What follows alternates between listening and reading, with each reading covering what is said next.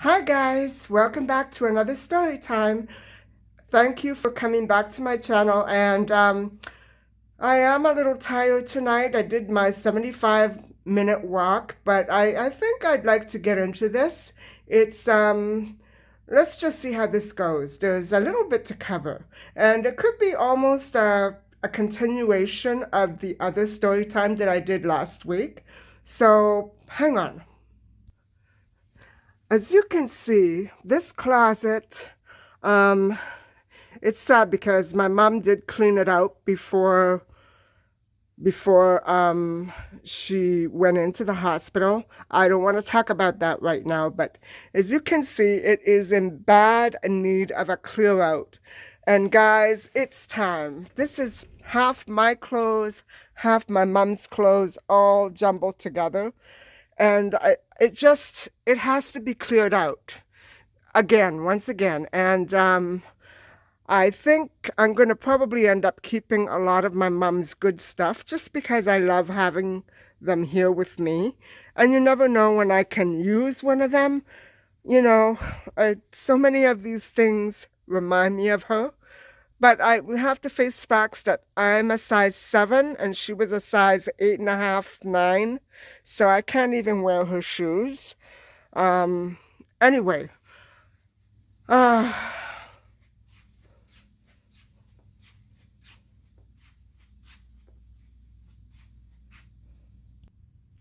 hi, I'm back.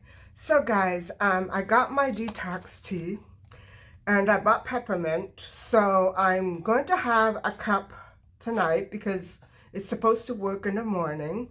And after I do my saltwater flush, that should be the beginning of a great new happening. I don't know if I'm going to enjoy it. I know that this tea really cramps my stomach. I don't know if that's with everybody, but I'm so scared to take it.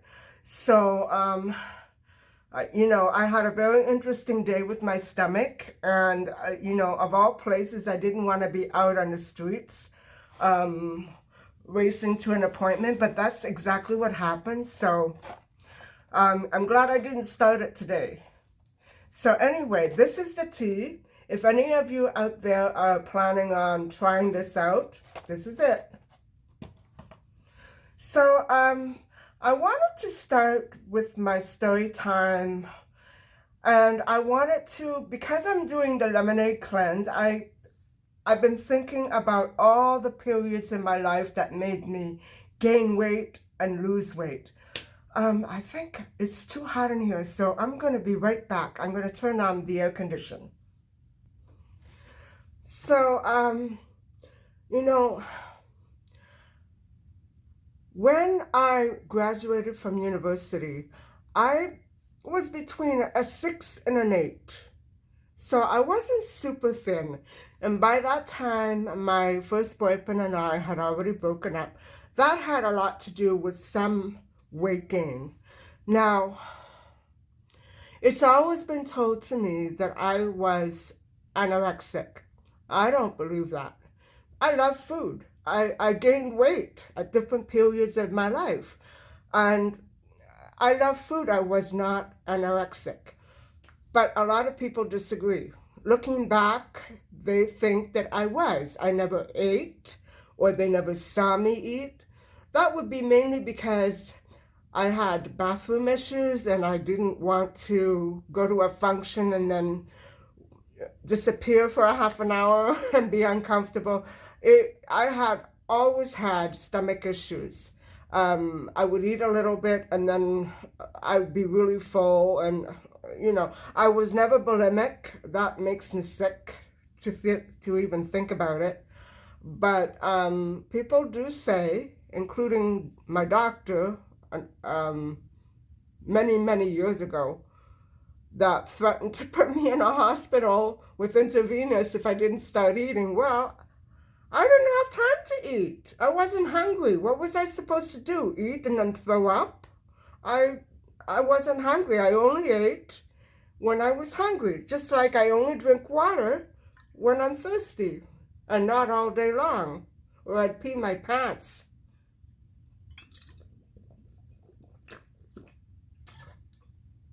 So, um, so that would be, by the time I was about 24, 25, I was not a little skinflint.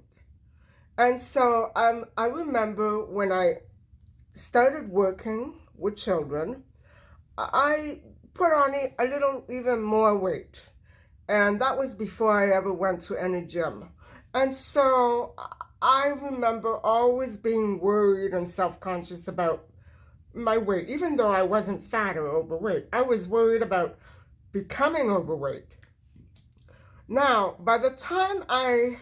going back in my childhood, by the time I was about 13, 12, 13, I was pudgy. Let me tell you. I had been eating out in the best of restaurants. My dad's friends all owned restaurants, and our business was right beside a lot of them. So I grew up in restaurants with Italian food and my mom's cooking. So I was always surrounded by this great food, even though as a young child I wouldn't eat.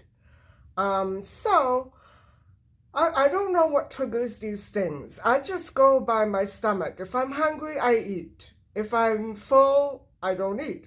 And sometimes that can last for days. So I feel good when I eat very lightly, and I don't tend to not get hungry. If I get hungry and more hungry than usual, something is usually telling me that something's wrong. So after I graduated from university and went on to teachers college, the weight started to creep up even more. I but I remember still being pretty tiny by most standards. I was pretty petite, and I did the best I could to stay active, although I didn't exercise regularly until I hit my 30s. So, it was always, I guess it was the kind of culture where you was just supposed to be very, very, very thin and not really advertise to anybody how you managed to stay thin. Now, when I was in my teens, I did join Weight Watchers, and I lost an enormous, like about 94 pounds, enormous amount of weight. I was, 14, 15 when I started that. And by the time I was 17, my weight was gone. I and I didn't exercise. So I guess when you're a child, it's easier to lose weight. I remember my dad being very supportive. My mother was putting on weight, and I think she was afraid to be too supportive because she didn't want to go on a diet, but she ended up going on one. And so, by the time I met my ex-fiance, years and years had gone by. My father passed away quite a few years after I graduated from Teachers College. And so by then I was really starting to go to the fitness centers, and I was working in the office with my dad, and I was working with children as well. So I was trying to get myself into an established routine. My father played tennis, and I didn't play tennis. I worked out at his gym as a guest. And then I went on to get my own membership at a different gym, which was a little closer to my house. So that that was the beginning of a real obsession.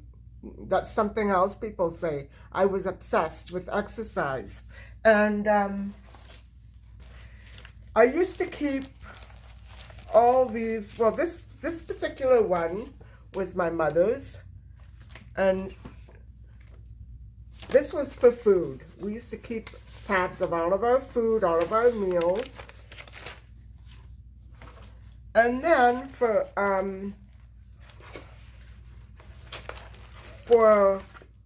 my mom, this is my mom's. I had one too. It's in here somewhere. These are for the measurements. We would photocopy these, and every time we wanted to start all over again, we'd start using them. Upper arm, rib cage, all the measurements. And I'm going to do this tomorrow. I want to know. I'm not going to tell you what my measurements are, but I want to know. And so this is mine, if you can see, this strength training. Look at how many machines I did. It's unbelievable. Unbelievable, because the guy that gave this to me didn't realize that within 2 weeks I would have lost most of my weight, although I wasn't that big to begin with.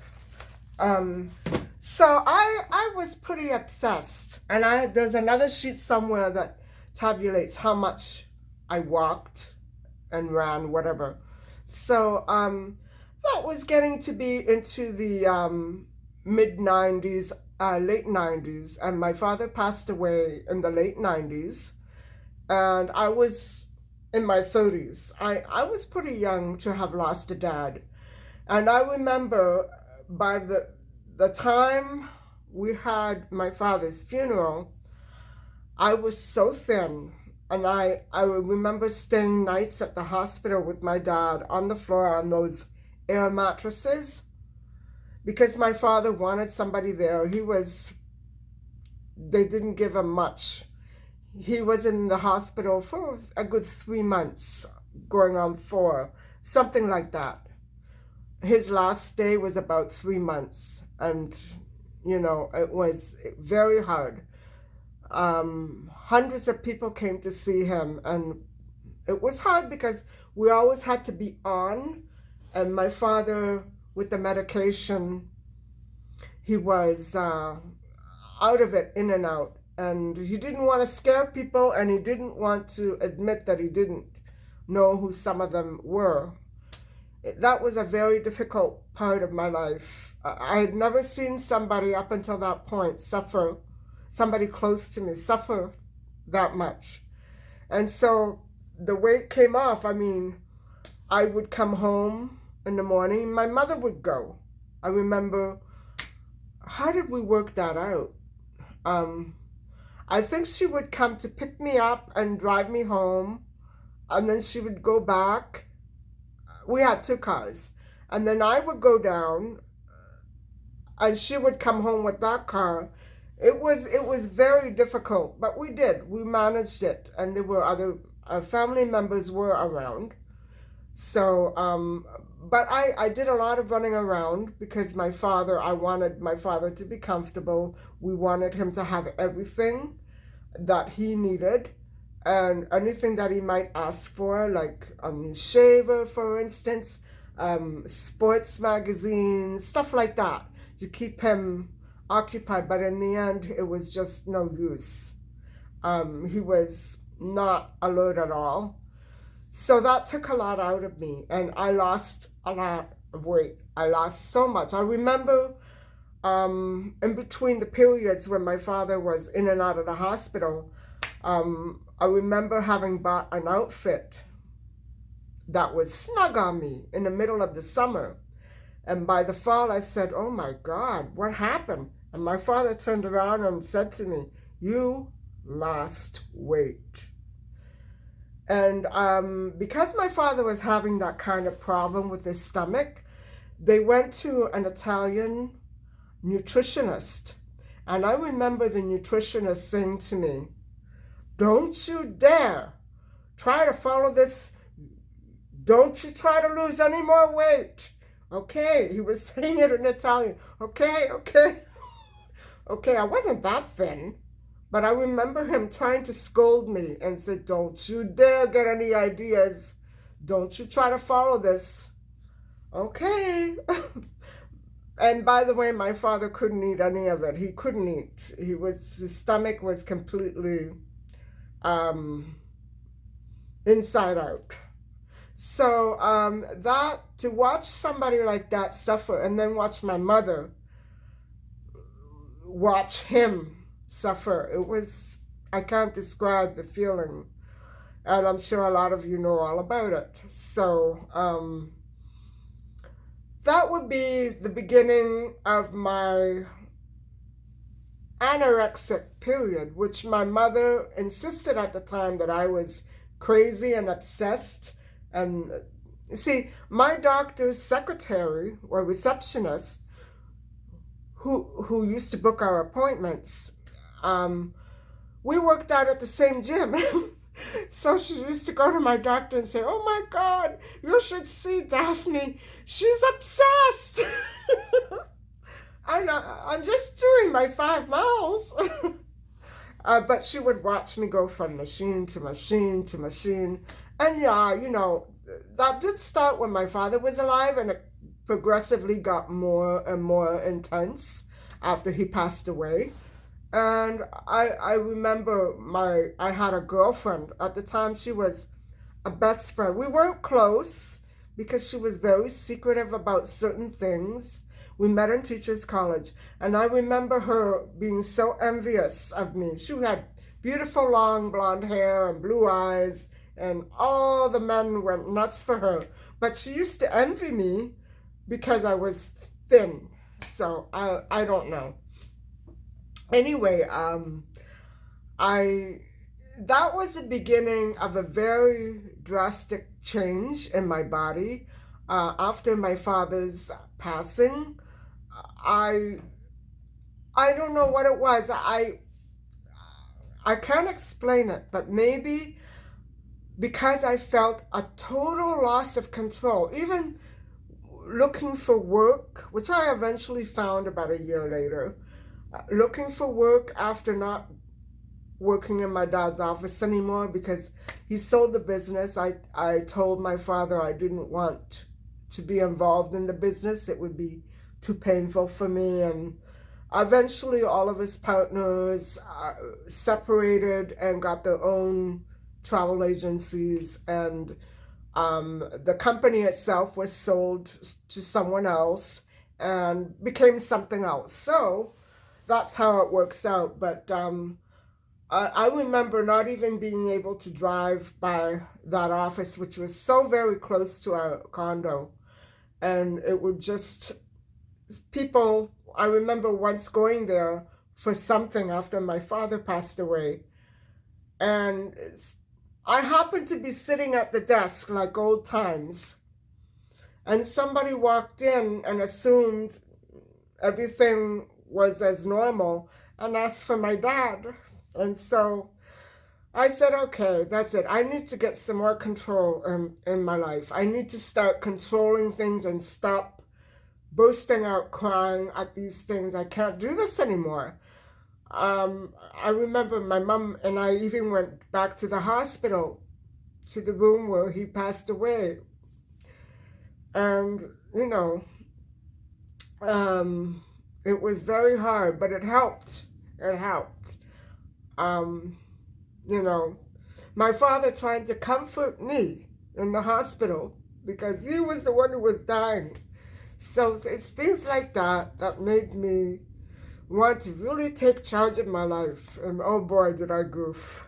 But the way that I saw myself being successful at taking charge of my life was 1, to find work, 2, to travel, and 3, to keep losing weight.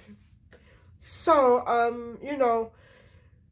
at this point, my diet was drastically changing. I didn't eat that much. I was still eating. I was about a size 6.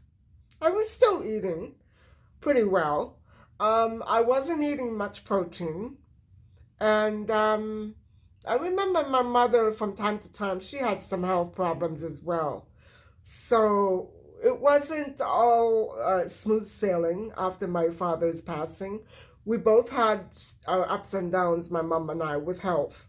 So I remember the main highlight of our lives and the main concern would be to go down abroad to our condo over there and make sure everything was okay, all in a different language, in a country where Sometimes you have to really struggle to understand, the regulations and the laws and the customs. And even though I love the people, I have to say that a lot of the time I didn't understand. Even if I could understand what they were saying, I didn't understand why things were the way they were.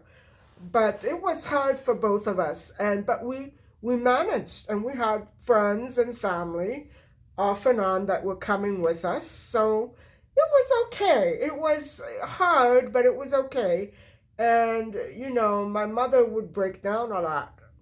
And so the more that she broke down over there, mostly over there because she hated it there, um, the more I would stay away from food because I had to focus on these other little details. And food, even though I love food, I had to, take charge again. So, no, if it weren't for my mother, I don't think I would have, I really don't think I would have survived because we were both in the same boat and we were both going through the same emotions, the same treatment from certain people that no longer had the same sort of respect for us.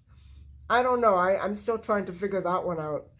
And so, life got a little hard at times. And so, my way to comfort myself would be to go through the motions of restricting food. And so, when I was really angry about something or shocked, or that would be the only thing that kept me together. Restrict, exercise, walk, go to the gym, do all that stuff. By the time I found a job, I was so fit that I could outpace anybody at my work. Only because I had been working at it for so many months and, vigorously. My gym was a 24-hour gym and right around the corner from my house. No, I didn't walk, but I drove, sometimes in the middle of the night, to relieve that stress. When you have all this energy and you don't know what to do, you're worried about something. That's what I used to do. Not all the time, but a lot. Or maybe I would go late at night, like maybe 9ish, and come home about 12, 11, 12. And the times got longer and longer and longer. And, then came the period where I met my ex-fiance here in my city. And so one thing that I forgot to explain to you in the last video was that after we broke up the second time, of the second year that we were together, I, first of all, when we broke up the first time, after the first year, I went months without seeing my ex. I went months, and it was a little hard at times because I had basically never had anybody as a steady fiance for years. I mean, years. And so I remember getting used to being on my own, going out with the girls, just meeting other people, meeting new friends, and it got to be fun. I was basically a nun, but I mean, I like to go out and I like to go on dates, and I remember meeting two sisters down at our beach house when my father was still alive. And actually, I met one sister and the other sister when we came home, but we stuck as friends for about 5 years. And then around the period when my father began to take sick, we kind of lost a connection. I don't know how that happened. I know that one of the sisters, the other sister that I didn't meet abroad, was a little bit disapproving of me. And then I just, I started making other friends. And I had my other girlfriend, Isabel, who's passed away. And I had her girlfriend, Ricky, who's passed away. And I had another friend, Richard, who's passed away. They're all gone, guys. They're all gone, except for my ex-fiance. He's still around. So, it got to be very lonely.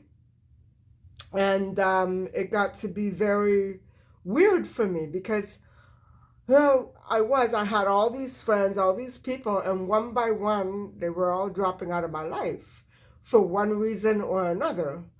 And when I met my ex-fiance, um, it was a time period where my friends were kind of all falling apart distance-wise. They were not calling me up as often, and I was going out more when they did call.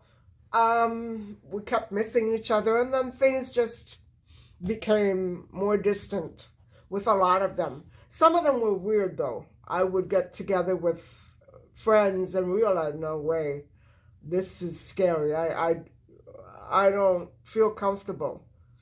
And then, I was not good with social situations, and I think that made me anxious, and that made me eat.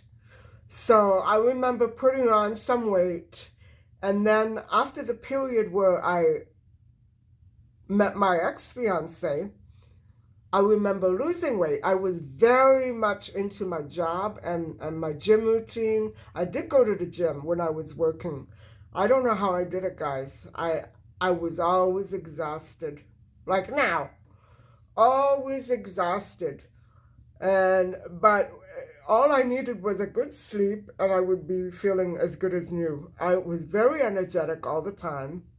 I remember sometimes coming home after a long night's work and going shopping with my mom, or maybe taking a couple of hours off before I went home and going to the gym. I was really diligent.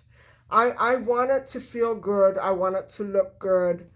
And to me, I think a lot of people would say I'm very vain and shallow. But to me, in order for me to feel good about myself, and I'm not there today, guys, in order for me to feel good about myself, I do have to look good. I do have to take care of myself as best as I can. And I have to make sure that I, don't pick up any bad habits, which from time to time, I did. I've already told you that. But,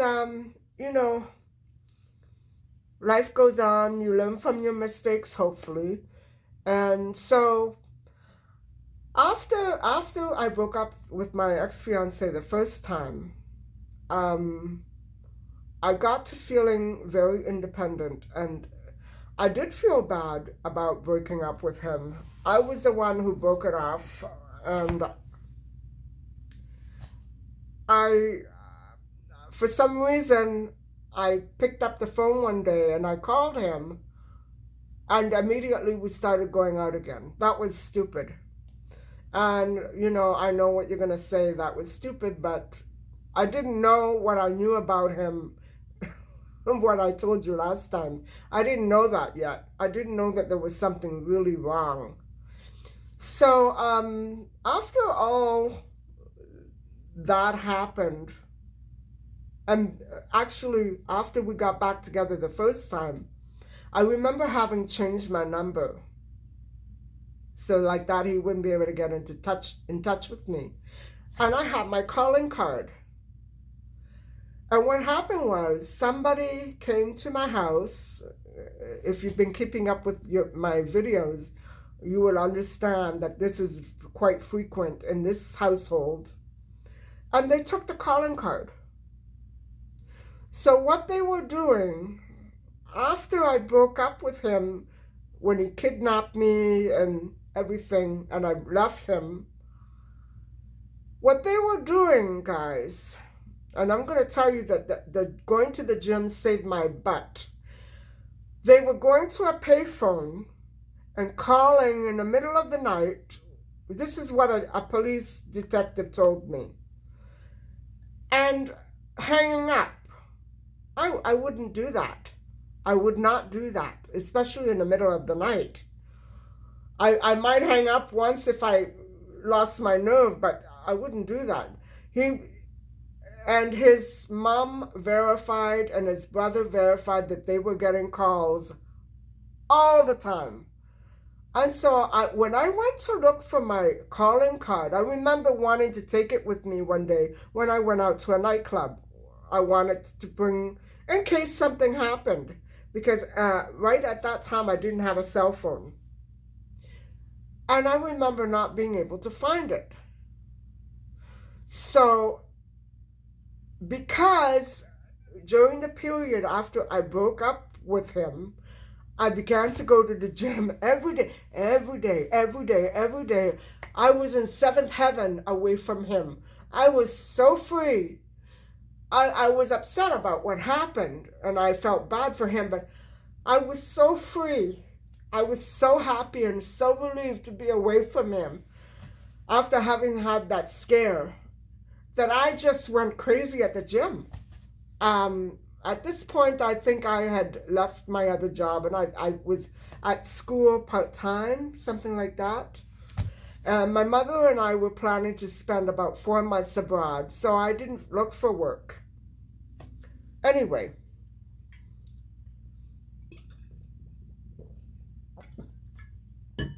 because I was going to the gym every day and swiping in, and I was on the cameras, I said to the detective when I called the police that he was calling me, and they said I was calling him. What a mess. And I said, look, I don't doubt somebody is calling him, but it's not me. And why did they think it was me? Because it was my number. You see how cunning and conniving this person in my life is? Not my ex-fiance, but the person who's destroying my peace of mind. I'm still at it, steady. So, this person who was calling him, I don't know, I know it's a female. I don't know, now there are about 3 females who have it in with me. But I know specifically it's just one female. And they all talk. So to me, there's no difference who it is. But they all talk together. And so I knew that it was somebody who had it in with me who was doing that. Because why? They didn't want me to go to my home abroad. They wanted me to be in trouble with the police. And so I had problems down there too. The same kind of crap. And I knew it was just same freaking nonsense. And so what saved me with the police is they said, we know you're telling the truth. I said, really, how? And then it dawned on me. Because, dummy, fool, you're spending night and day at the gym. That's why. I didn't make any phone calls. I never called anybody. I was busy packing for our trip abroad. It was going to be a heavy trip because we were going to be doing some renovating and things like that. And I think some family members were going to be coming down with us. And actually, this person might have been there as well. I remember because we have pictures and she's in them with the other one that she's in them. They both are. So, people had it in with me because of my beach house. They didn't want me to go there. And what they did want was me to go home and they would stay behind in the beach house. That wasn't going to happen. I'm sorry. I own, down there when a family buys a condo, all the family members are automatically owners, even the children. So that's the law. I like that law. I like that law. So that's the law. Excuse me. Whether they go down or not, they own it. All the blood relatives of the buyer. So, guys, these weirdos, not knowing that, thought they were doing something constructive, thought their manipulation could, do its number on me and I wouldn't go down. Well, no, my mind doesn't work like that. I do what I want, not what other people want. So it's so vicious and vindictive. And guys, I could see that when these people were together, they always excluded me in my own condo. And when I was alone with them and I wanted to do something, they would ignore me completely. It had to be jealousy. It had to be. There's no other explanation, and it's still going on. It's still going on. But however, what saved me was going to the gym every freaking day, every morning. I would go, and the first thing I would do would be to head out to the trekker, the treadmill, and I would do 45 minutes on that, and then I would do another 15-20 minutes on the stepper. And then I would do the ab machine. I would do 400 ab crunches a day on all sides, not just like that, all sides. And now I wonder sometimes why from time to time my back hurts. Maybe it was that. But I did that leg machine, the leg extension. Oh man. But within days, I had lost a good 8 inches off my thighs. Maybe 5 inches on each thigh within about 8 days. So I felt good. I felt refreshed. I felt relaxed. I felt in control. So, and then, of course, that was the autumn that I started Dr. Neil Barnard's vegetarian diet, what I'm going to do after the lemonade cleanse. And I felt like a completely different person in the inside. My stomach was feeling 100% all the time, whereas before it was always bubbly and anxious knots, and you know what I'm talking about. And so I think because I broke off with my ex-fiance and I was doing finally what I wanted, I wasn't putting up with any hassles at work because I left my job. I didn't have to wrangle for hours at work. That was the issue, because other than that I loved it, but it was the struggle for hours. After having worked between 70 and 80 hours a week, and then having to struggle for your hours, because I decided to go back to school for a course and university. They had to schedule more people in, and I told them I wouldn't do it if it was going to cause a problem. They said, no, it should be fine. That was in the years following the 9/11 attack, and I remember being very traumatized by that. So the gym was a safe place for me. And so people do say that I was anorexic, and I say I wasn't, because I was having this love-hate relationship with food. I wanted it, and yet I was really restricting myself.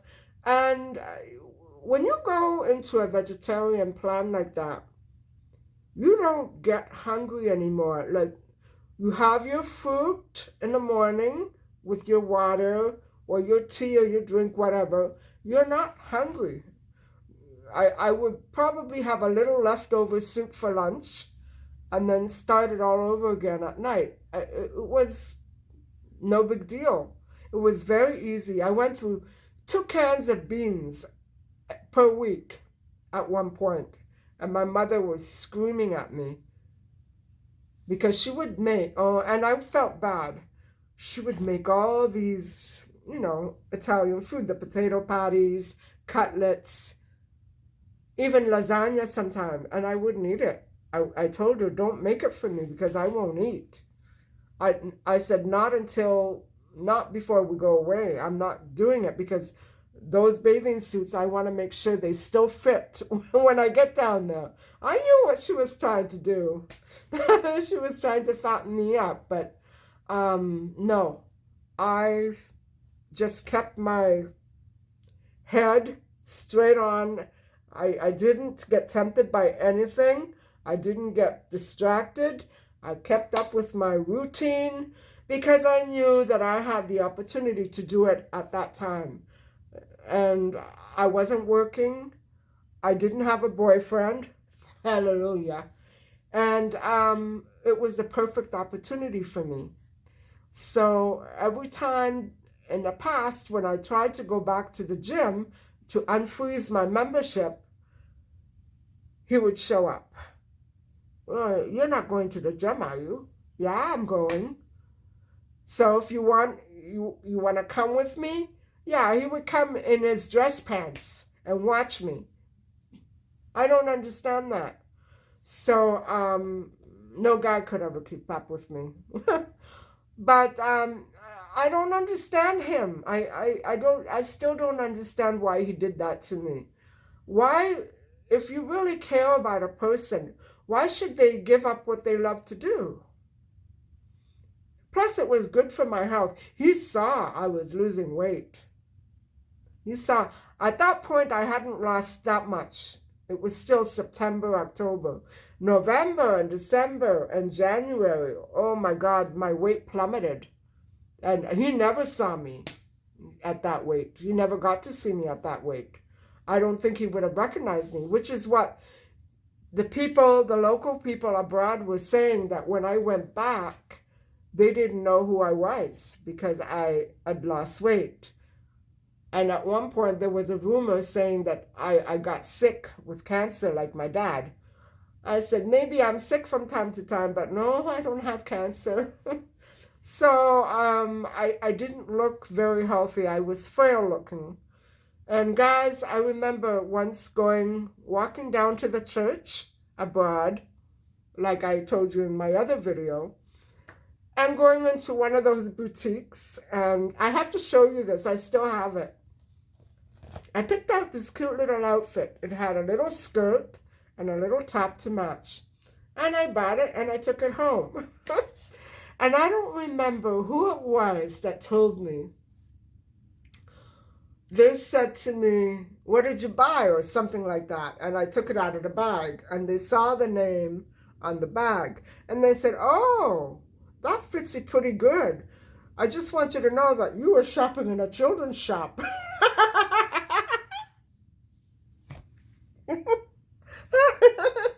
So I didn't know. I totally didn't know because everything in there looked... there were no baby things in there. It was just a children's shop, just for girls. And I thought it was women's clothes. I just picked it up off the rack. I tried it on. It looked cute. And I took it home. It was a child's outfit. So that was a good one. I have to show it to you when I go through my closet. Anyway, so people do think that I was anorexic, and a lot of the people who knew me there, they did not recognize me. My dad's friends from here all owned in the same building abroad that we did. So it was, the same people all the time. They didn't recognize me. And I'd grown up with a lot of them. They didn't recognize me. But, I didn't feel too thin. I felt fine. I felt perfect. If I could ever show you pictures of myself, I will. I have to look for them. They're all on my disc, but I have hundreds saved, and I don't have many in bathing suits because I didn't like to do that. But I do have other pictures that show how thin I was, and it's incredible. I wish I could get back to that frame of mind. Not so much the weight, you know what I'm saying, but the frame of mind where I'm taking charge of my health and my life and finally doing what I want. Because when you're relaxed and when you're happy, that's when you can start accomplishing things. So I guess my message to you is to never take a, a meal plan too far to the extent where you become unhealthy. And maybe it was affecting I don't know. They say that you shouldn't stay on Neil Barnard's diet for too long. He says it. And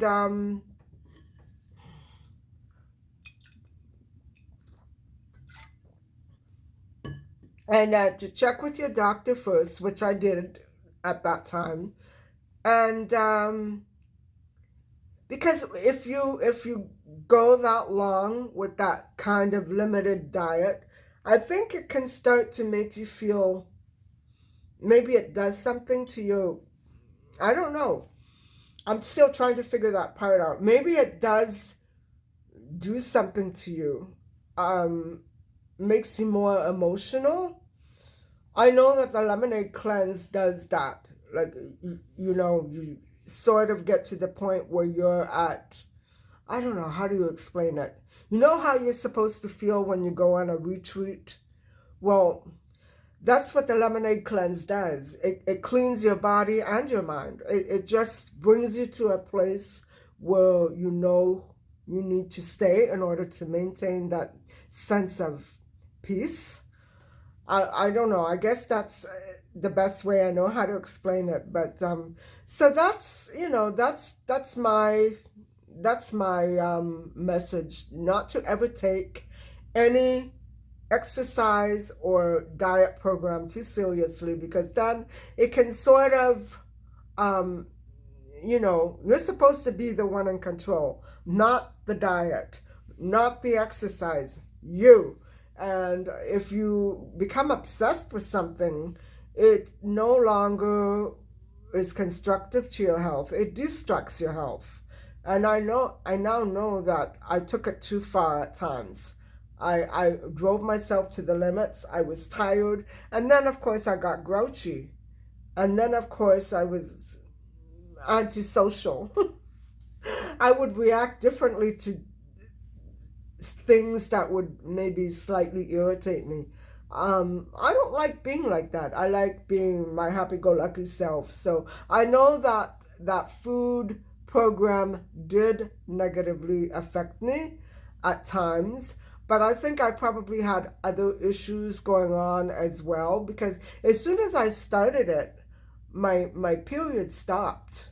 Like, it came back and then it stopped and then it came back and it did that as soon as I started. um was it the gym program? Because I started them together, so I don't know if it was the workouts or the diet, but I have a feeling it was a diet.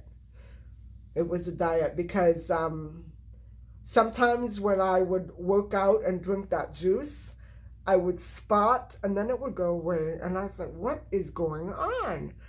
And I at one point I thought maybe it's because I tanned. I would tan for a couple of minutes during the week before I would be leaving for abroad, just for 2 minutes, for 3 or 4 days. I thought it was that. I didn't know what it was. And then in the end, I realized it was the diet. But it did go away within that year. So within the second year. So off and on, I got it. So diet definitely affects your health. So to this day, I don't know if I would have, you know, I don't know if I would have continued with my period if I had never gone on that program. I don't know. And it doesn't really matter. I felt good. I didn't feel like I was going through anything. I felt good. I didn't think differently or feel any different. But I know that sometimes the exercise, it was a little bit too strenuous, and people would get pissed off waiting for me to finish with my routines. So I know that I put people through stuff because of that. But it was important to me, and I didn't care. I wanted to get it done, and I did it. So, I have a one-track mind, I guess. When I put my mind to something, I stick to it. So, anyway, I'm not really doing this to lose weight. I'm doing it to feel good again. And I do feel somewhat better. But I think after I start this, and the lemons tomorrow. I'm nervous, guys. I'm nervous to drink this because it kills your stomach. But I think that whatever is in there has to come out, because I know that there's toxins in my body. I know that. And so, I had a salad today. And remember the last time I was telling you I had a salad and something in it made me sick? The dressing or something in the dressing? Well, I feel like that a little bit tonight. I had another salad today and a similar kind of dressing. And again, I have that little bubbly feeling. So hopefully this will work.